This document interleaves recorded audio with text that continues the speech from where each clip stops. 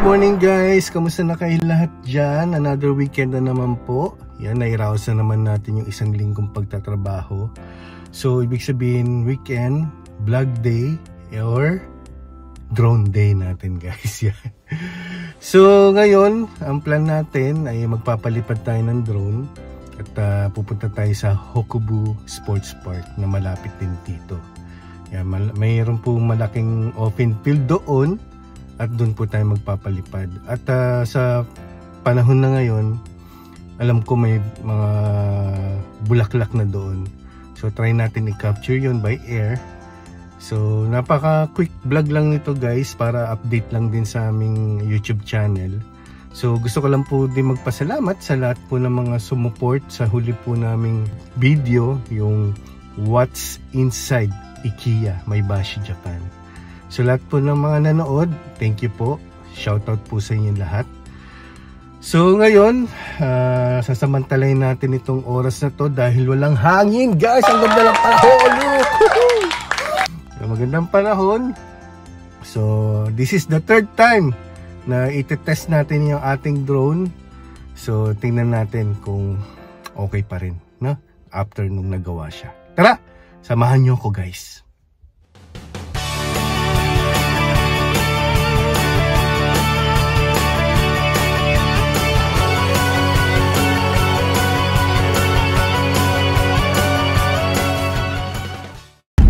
Okay guys, so malapit na tayo sa Hokubu Sports Park.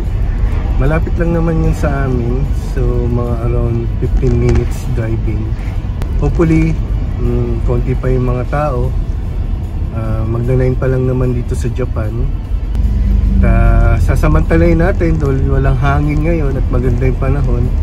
Dahil 1 week 1 week na nag-uulan dito.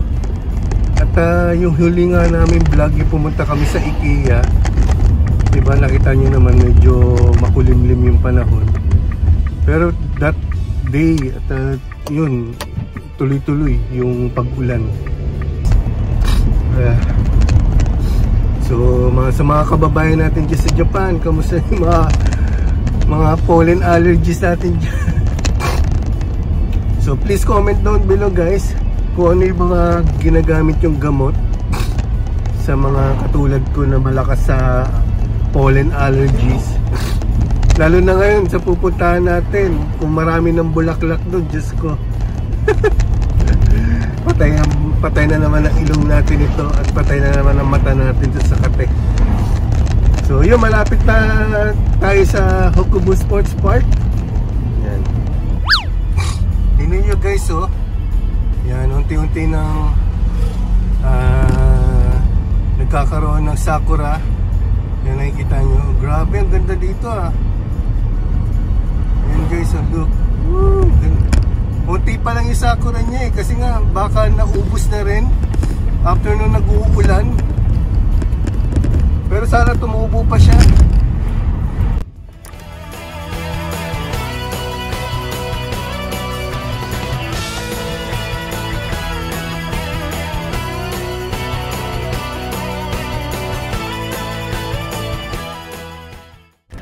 Okay guys, so nandito na tayo sa Ota Hokubu Sports Park. Yan, medyo may bulaklak na nga guys. At may mga sakura na rin. Doon banda, may mga sakura na rin siya doon. Nakikita niyo, doon banda, may sakura na. Pero dito guys, yan ito, dito, wala pa siyang bulaklak, no? Pero yan, medyo konti pa naman yung mga tao. Pero dun guys, may mga sakura na dun. Ayan. So try natin magpalipad ng drone dun guys. Ayan. Maganda yung panahon. Pero dito ganda. Ganda naman bulaklak. So try natin guys na. Meron dun magandang sakura, puting-puti. Tingnan nyo guys. Puting-puti yung sakura dun. Tara, puntahan natin.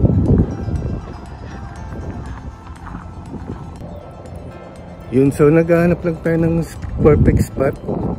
At medyo sasamantalayin natin itong oras na to kasi konti pa nga yung tao. Ganda ng panahon guys, ah.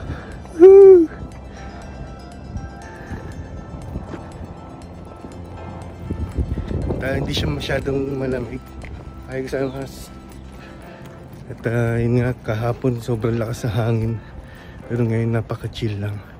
So pupuntahan natin yung sakura doon.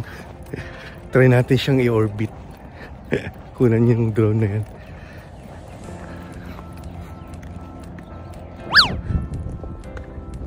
Yan guys, oh. Sa lahat ng mga sakura dito guys, makikita nyo wala pa masyado. Pero to guys, oh, tingnan nyo, bloom na siya. Ang ganda, oh.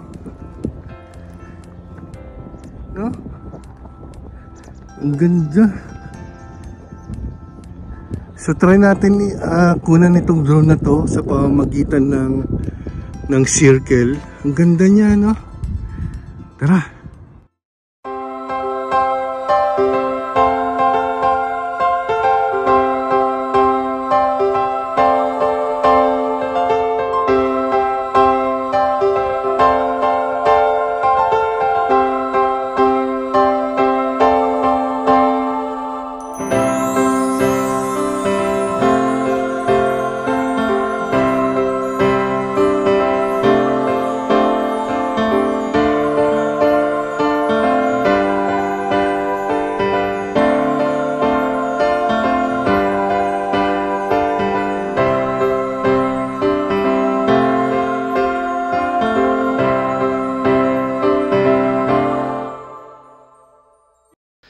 Okay guys, so nakunan natin yung napakagandang sakura doon, no? So nakapag-circle tayo at nakapag-drone. So pupunta tayo naman dito guys. Punta tayo dito. So tingnan natin kung kaya natin magpalipad ng drone dito guys. Ayan. First time kong makapunta dito kasi lagi lang ako pupunta dun sa open field banda dun. So dito first time kong makakaakit dito. So tingnan natin kung ano yung mga pwedeng gawin dito. Ano sakura.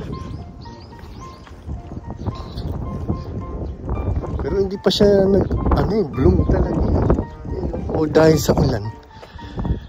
No? Yun.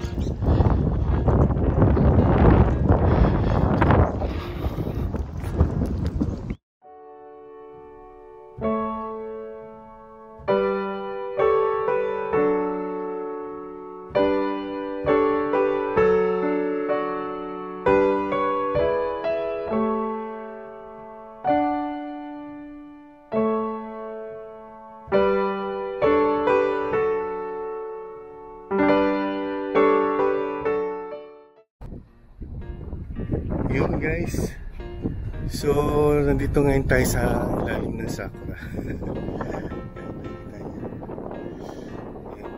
Pero yung karamihan ng mga sakura pa dito guys, hindi pa siya fully bloom. Makikita nyo yung iba, yan, may mga marami ng sakura, pero yung iba wala pa. So kapag sabay-sabay sila nagkaroon guys, grabe ang ganda dito.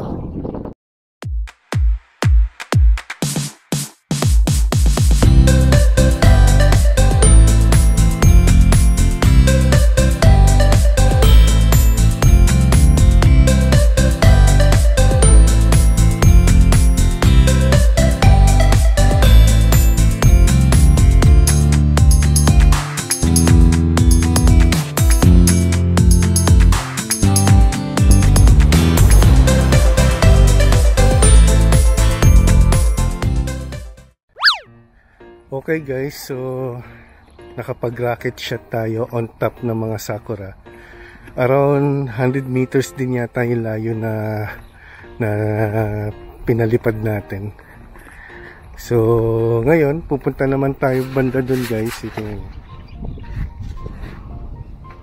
So pupunta naman tayo dun guys. At maghahanap naman tayo ng perfect spot kung saan tayo pwede magpalipad ng drone. Yan. So yan yung kinunan natin kanina na sakura guys. Yan. Hindi pa tumutubo yung ibang mga sakura dito. Yan pa lang yung mga ibang sakura guys. Tapos yung kanina na nandoon. Yan, pero siguro around middle ng April, tutubo na rin po yung mga sakura dito. At magiging marami na naman tao dito, guys. Yan. Yan yung sakura na kinuna natin kanina. Okay, guys, so nandito na tayo sa kabilang part ng Hokubu Sports Park. So kanina galing tayo doon tayo nag-rocket shot. At ngayon, pupunta naman po tayo dito sa kabilang side ditong Hokubu Sports Park na meron ding malaking open field. Yan. Kung saan pwede magpalipad din ng drone. Pero syempre, ingat pa din na ingat pa rin tayo sa baka maka-disturb tayo ng tao.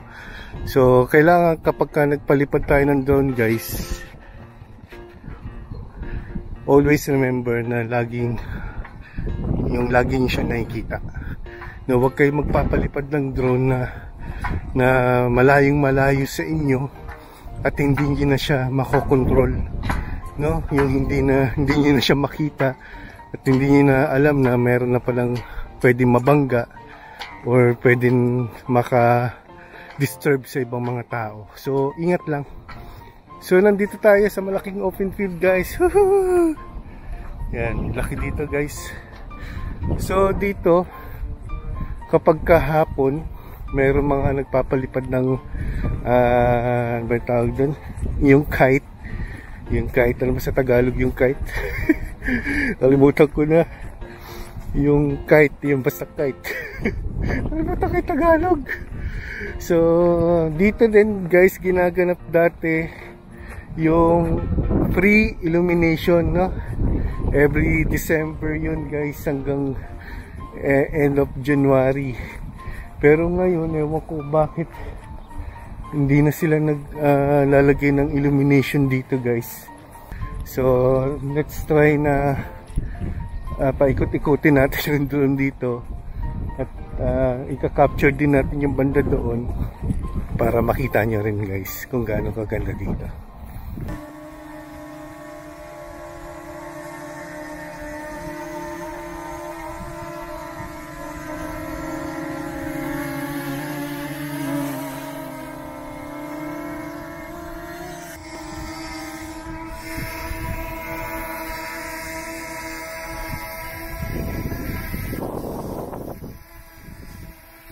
Okay, guys, so papalipan na natin ang ating drone. So yan, malakas na yung hangin, guys. So tara!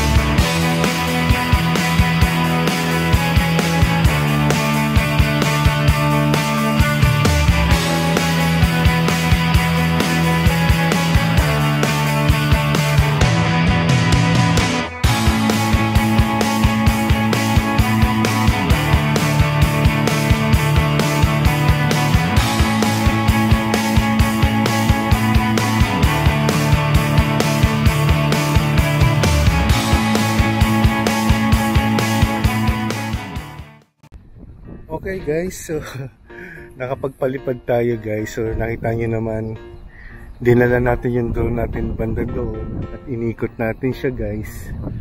At nakita nyo rin yung ganda ng Hokubu Sports Plaza banda doon. At yan, nakabalik na rin siya guys. Yan, nakabalik siya na safe and sound dito.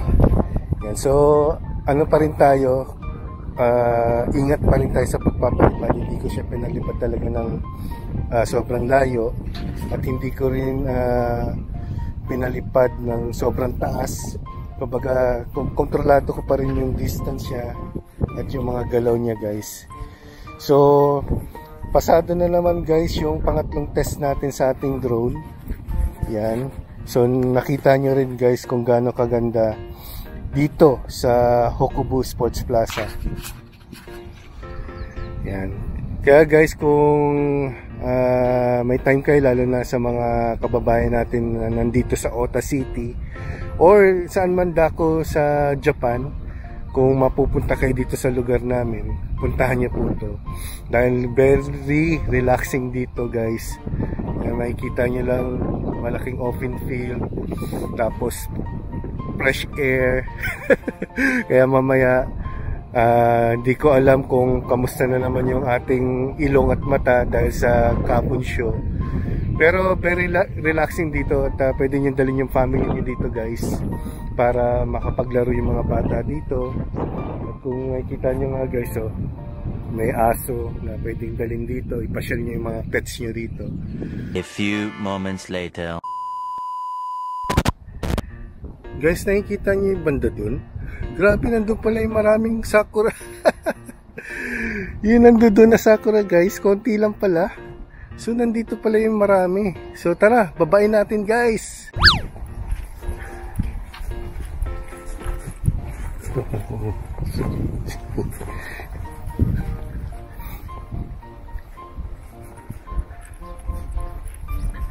Yan, medyo dumadami na yung tao guys. Yan, marami nang pupunta dito at pupunta doon sa sakura guys.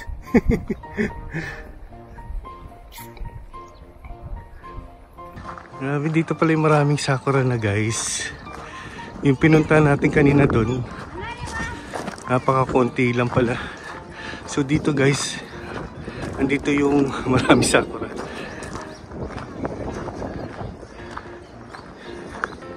Ganda.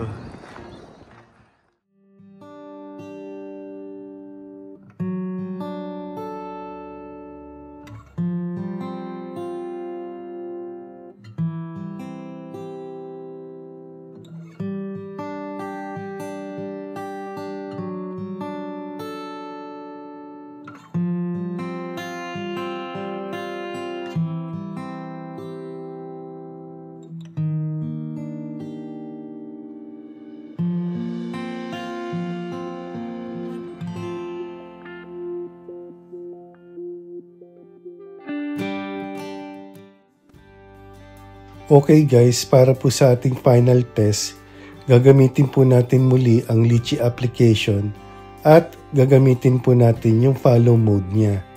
So guys, habang naglalakad ako, makikita nyo guys yung kagandahan ng sakura kuha mula sa taas. So enjoy guys!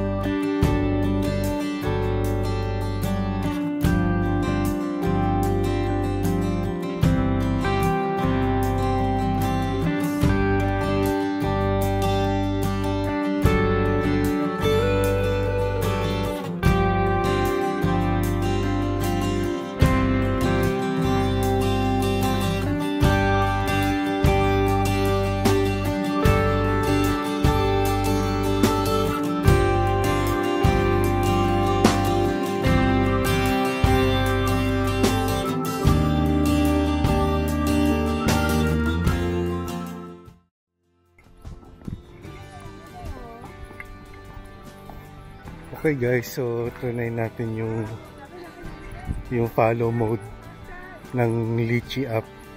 So nakikita nyo guys, pinapollow ako ngayon ng ating drone. Nandun din siya sa taas.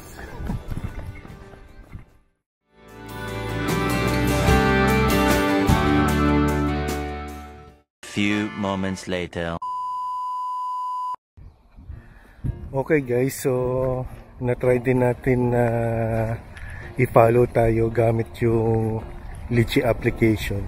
So naglalakad tayo mismo doon sa loob ng mga sakura dun guys. So nandun doon sa taas yung ating drone na pinapollow niya tayo. So ang ganda ng moment na yun guys, kitang kita nyo from the top yung mga sakura guys. Yan, so I think okay na yun. Marami na rin tayo mga drone capture dito sa Hokubu Sports Park. At marami na rin ako na-share sa inyo. So hindi na rin ako magpapalipat ng drone doon guys sa taas. At meron pong dalawang nagdi-date yata. So ayaw naman natin na ma-istorbo sila guys. So I think i-end na natin itong vlog na to once nakabalik na ako doon sa aking kotse guys. Okay guys, so tapos na tayo mag-visit sa Hokubu Sports Park at nagdadrive na ako pa uwi guys. At pag uwi ko naman, magluluto naman ako ng aming tatanghalian ng aking bebeb at ng aking anak na si Shintaro. So yun, nagawa natin lahat. Nakapag drone capture tayo at na-capture din natin yung mga pwedeng i-capture sa baba guys gamit yung ating cellphone. So yun, buti na lang nagawa natin lahat dahil dumami yung tao bigla. Dumami yung tao bigla, kasama yung mga anak nila, kasama yung mga pets nila. Pero yun nga, buti na lang nakapag drone capture na tayo. Medyo nakakaya kasi kapag kaganyan maraming tao, nag drone ka at nakita nila, medyo uy, drone. Diba? Kung buti kung ako yung titingnan nila, yung drone naman. So yun, thank you guys. At nagpapasalamat ako sa drone natin. At yun, pumasa siya sa third test natin. Nakita nyo naman guys, talagang inilibot natin yung ating drone. At ginamit pa natin yung follow mode ng Litchi. Medyo matagal-tagal din siya nasa ere guys. Pero yun, matatag. At buhay pa rin ang ating drone guys.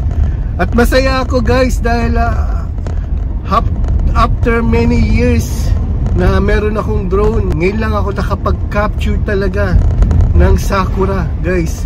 Yung talagang yung na-capture niya from the top, diba? Tapos nakapag-rocket pa ako. So masaya ako. Diba, parang na-relieve yung mga pagod ko sa trabaho. At yun nga, mai-share ko pa sa inyo guys. So please comment down below kung ano naman po yung masasabi niyo sa nakita niyo capture ko guys. No, please support yung aming channel guys. So yun, maraming salamat po again sa pagsama niyo po sa akin sa ating drone day. So marami pa akong i-share sa inyo guys, abangan niyo lang guys. Kaya kung bago lang kayo dito, huwag na kayo mahiya na i-click yung red button dyan at i-bell all nyo na para lagi kayo updated guys sa mga ipopost namin video guys. So again, maraming salamat po. Ingat kayo parate sa lahat ng mga ginagawa nyo guys. At lagi lang kayo magpasalamat sa ating Panginoon. So again, maraming salamat po. God bless you all. See you soon!